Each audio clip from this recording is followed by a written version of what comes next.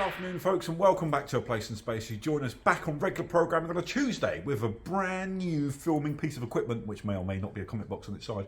Who knows?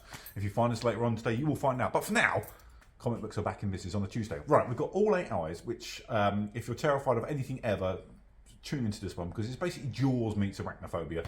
If you don't like sharks, if you don't like spiders, if you don't like monsters, basically, don't pick this one up. Or maybe you do. Maybe you want to be terrified. That's out now from Dark Horse. That's number one. That will go quickly. Horror books are a massive hit right now, as is this. All the Devils Are Here. This looks to be a little bit Hellblazery. There's some rather sensitive material in this one. This is brought to you by Scout Comics. There's a rather elderly gentleman who's not doing the best, shall we say, but he gets inhabited and exercised and discovers all these powers within him. It goes a little bit Hellblazery from there on in. Very interesting premise, very delicately done, and then it goes a little bit bat bonkers as well.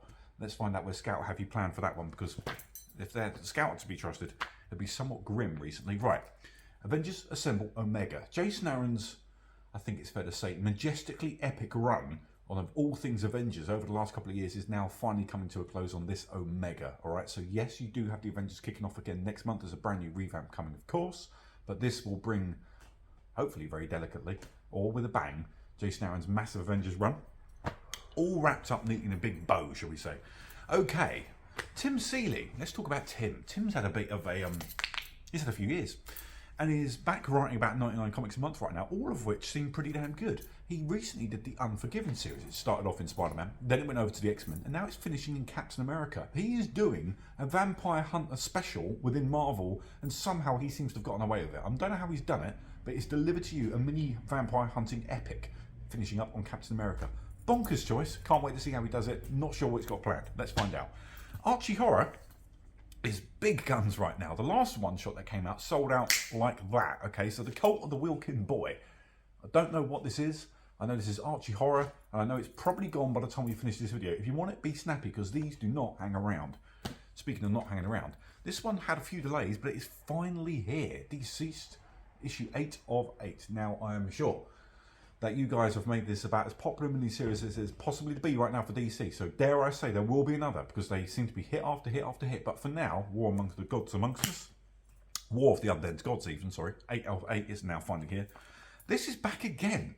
You might be saying, Tommy, you showed me this one last month. I did, but Predator number 1 and 2 have been out and gone gangbusters. Predator number 1, however, is back for a second print.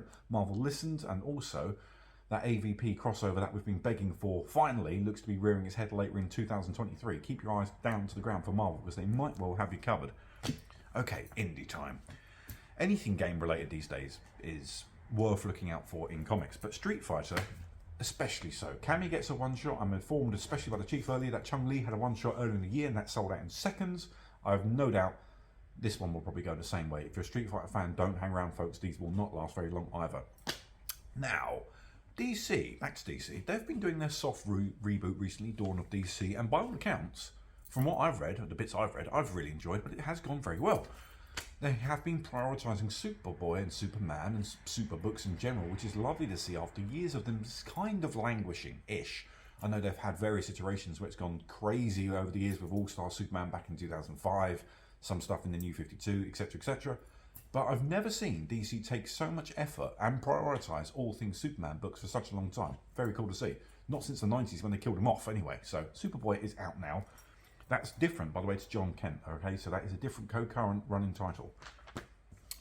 This looks mental. Indie time again. Terror War.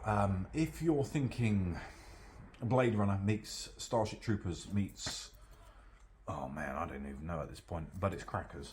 It's a hearty dose of some pharmaceuticals going on in there. After flicking through that, it looked like Strontium Dog was strolling around. It was very, very wild indeed. And I'm going to give you one more. I'm reliably informed that the author pioneered and revamped Black Bolt last year, and that was meant to be stunning.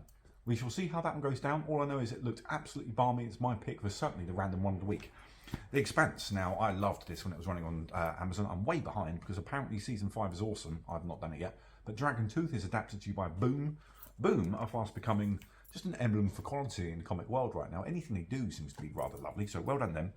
And finally, Ron and Ron have got you covered. Both Mr. Lim and Mr. Mars are taking you back to the 90s. We used to be able to say back to the 80s, but no, back to the 90s is now definitely the new 30 years ago. And yeah, Adam Warlock he's had his iterations in Marvel over the years, but going from newbie to one of the most powerful beings they've ever really put to paper. But this one is put firmly in the 90s after, what was it, Shattered War? Maybe. I have to check my notes there and see what goes down on the info. But yeah, way back when, in the 90s, R&R have got you covered. And I think we have some time for covers of the week. Let's do it. Alex Ross continues his Villains Virgin one-shots. That is the Red Goblin issue 3 this week, featuring the Sandman. Love this. He went hyper-aggressive on his Galactus. That features on the Avengers Assemble and Mega. That's Alex Ross doing a very menacing, sinister close-up Galactus piece. An Amazing Spider-Man is not only out, but also has the Alex Ross. I completely forgot to check who that was. Vulture gets the treatment there from Alex Ross this week. Lovely stuff. 3 more. This is not a variant cover. I just loved it. Because in Hyatt Glee, when he's on form, can do a great dynamic piece. And for me, that is one of them. Absolutely adore it. This is one of the 1 in 25s this week from Francesco Martina. That is DC's issue 8 of 8, War of the Undergods. Absolutely love that for a ratio variant. Very cool. But this went absolutely potty. This is Yi Hyun Lee on the She-Hulk for issue 12, doing a lovely, classy little bit of pin-up there, a little bit of cheesecake. I'm surprised Marvel snuck it in, but they did, and the pre-orders went wild for it. So you guys obviously loved it. That's it from me this week. So these will, whatever we have left from this lot, will be on eBay very, very shortly indeed. So as always, if you're not checking your pre-orders, please get used to doing so. They're very useful, and we list them months ahead of time, so you can definitely get your orders in. And as always, dudes, please like, comment, share, and subscribe. And if we haven't already, I'm running out of breath.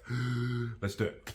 Thursday, Whatnot show. Not just on Saturday, no. The Chief will be having it on Thursday for a blind bag, mystery box set. Am I correct? Blind something. What we're going with? We're going with random but very cool loaded boxes for you on Thursday. Get checking that out if you can. That should start at 5.